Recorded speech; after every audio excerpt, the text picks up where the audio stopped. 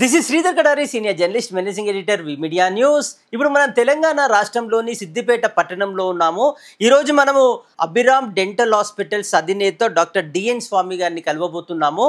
సిద్దిపేట జిల్లాలో ఒక సాధారణమైన ప్రభుత్వ టీచర్ కుటుంబంలో పుట్టి కష్టపడి చదువుకొని అమ్మ నుంచి, నాన్న నుంచి, గురువుల నుంచి స్ఫూర్తి తీసుకొని తాను డాక్టర్ కావాలని కలలుగానే ఒక డాక్టర్గా మారి వేలాది మందికి, లక్షలాది మందికి అద్భుతమైన వైద్యాన్ని అందిస్తూ డాక్టర్ డిఎన్ స్వామి గారు అభిరామ్ డెంటల్ హాస్పిటల్ అధినేతగా ఆయన సాధించిన విజయాలు ఏంటి, వాటి గొప్పతనం ఏంటి, ప్రత్యేకత ఏంటి అనేది మరిన్ని వివరాలు తెలుసుకుందాం.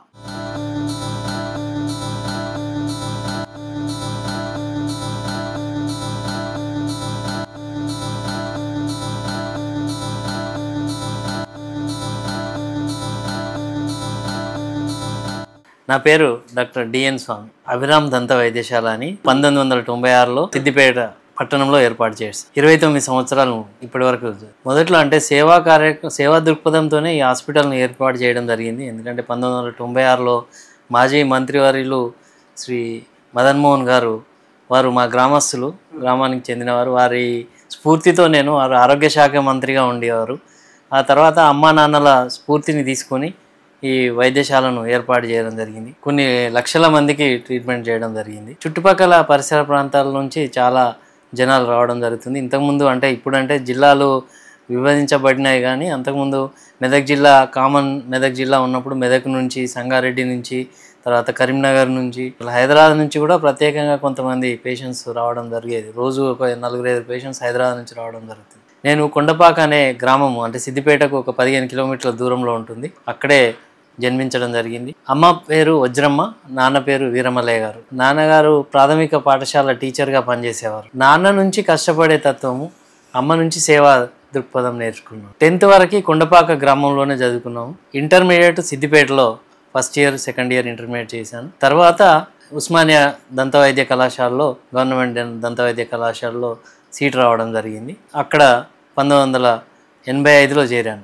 అంటే బీడిఎస్ అయిపోయిన తర్వాత పోస్ట్ గ్రాడ్యుయేషన్ చేశాక వెంటనే ఇక్కడికి వచ్చి చేరాను. గవర్నమెంట్ డెంటల్ కాలేజ్ ఉస్మానియాలోనే చేశాను. తర్వాత ఇక్కడికి వచ్చి స్టార్ట్ చేయడం జరిగింది. అంటే పోస్ట్ గ్రాడ్యుయేషన్లో ఉన్నప్పుడు బయట పనిచేసేవాళ్ళం, క్లినిక్స్లో పనిచేసేవాళ్ళం, సీనియర్స్ దగ్గర పనిచేసి ఇక్కడికి రావడం జరిగింది. 1996లో అభిరామ్ అనేది మా పిల్లల పేరు. పాప పేరు అభిజ్ఞ, బాబు పేరు రామ్ వరుణ్. సో ఇద్దరి పేర్లు కలవాలి అని చెప్పేసి అభిరామ్ అనే పేరును తీసుకొని స్థాపించడం జరిగింది. చిన్నప్పుడు చాలా వరకు ఏంటంటే చదువుకునేటప్పుడు టీచర్ అనేవాడే గొప్పగా ఉన్నాడని, ఎందుకంటే ఫాదర్ టీచర్ కాబట్టి టీచర్ అవ్వాలన్న ఆలోచనే ఉండేది. అనుకోకుండా అంటే ఎంబీబీఎస్ రాయడము, అది అప్పుడు ఆ ఎంబీబీఎస్ తర్వాత ఎంబీబీఎస్ రాకపోవడం వలన డెంటల్ కాలేజీకి చేరడం, అసలు డెంటల్ ఉన్నదనే దృష్టి కూడా ఉండేది కాదు. కానీ ఆప్షన్ పెట్టడం వల్ల దంత వైద్యుడిగా స్థిరపడడం జరిగింది. నిజంగా అంటే ప్రజల్లో అంటే ఇక్కడ 1996లో క్లినిక్ పెట్టినప్పుడు నేను పోస్ట్ గ్రాడ్యుయేషన్ చేసి ఇక్కడ క్లినిక్ పెట్టాను. పోస్ట్ గ్రాడ్యుయేషన్ చేసిన వాళ్ళు అసలు అంటే మా ప్రొఫెసర్స్ అందరు ఏమన్నారంటే, ఉస్మానియాలో ఉండే ప్రొఫెసర్స్, నువ్వు పోస్ట్ గ్రాడ్యుయేషన్ చేసి ఊర్లోకి వెళ్ళడం ఏంది, చిన్న పట్టణానికి వెళ్తున్నావు, పోస్ట్ గ్రాడ్యుయేట్స్ ఎవ్వరు పట్టణాలకు వెళ్ళరు, నువ్వు సిటీలోనే ఉండాలి అని చెప్పారు.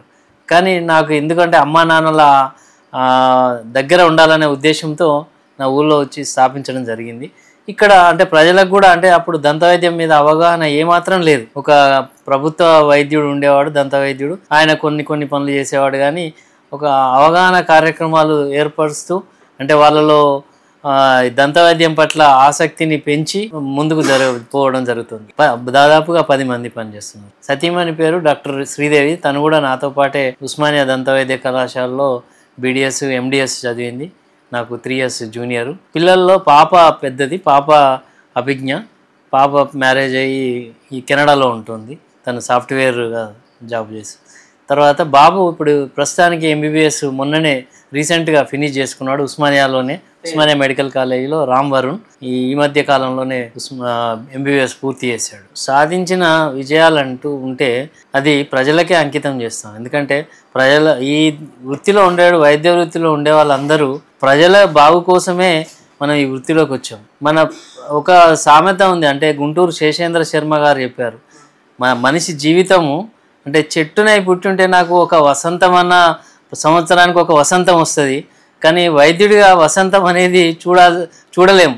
అయినప్పటికీ ప్రజల్లో ప్రతిరోజు వసంతం చూస్తున్నాం. ప్రజల ఆనందం అంటే ప్రజలకు ఒక ట్రీట్మెంట్ చేసి వాళ్ళు బాగా చేశారు డాక్టర్ గారు అన్నప్పుడు ఆ ఆనందం మాకు ప్రతిరోజు ఒక వసంతం లాగా అనిపిస్తుంది. వారు అంటే సంవత్సరానికి ఒక వసంతం అన్నాడు కానీ మేము రోజు వసంతం చూస్తామని నా అభిప్రాయం.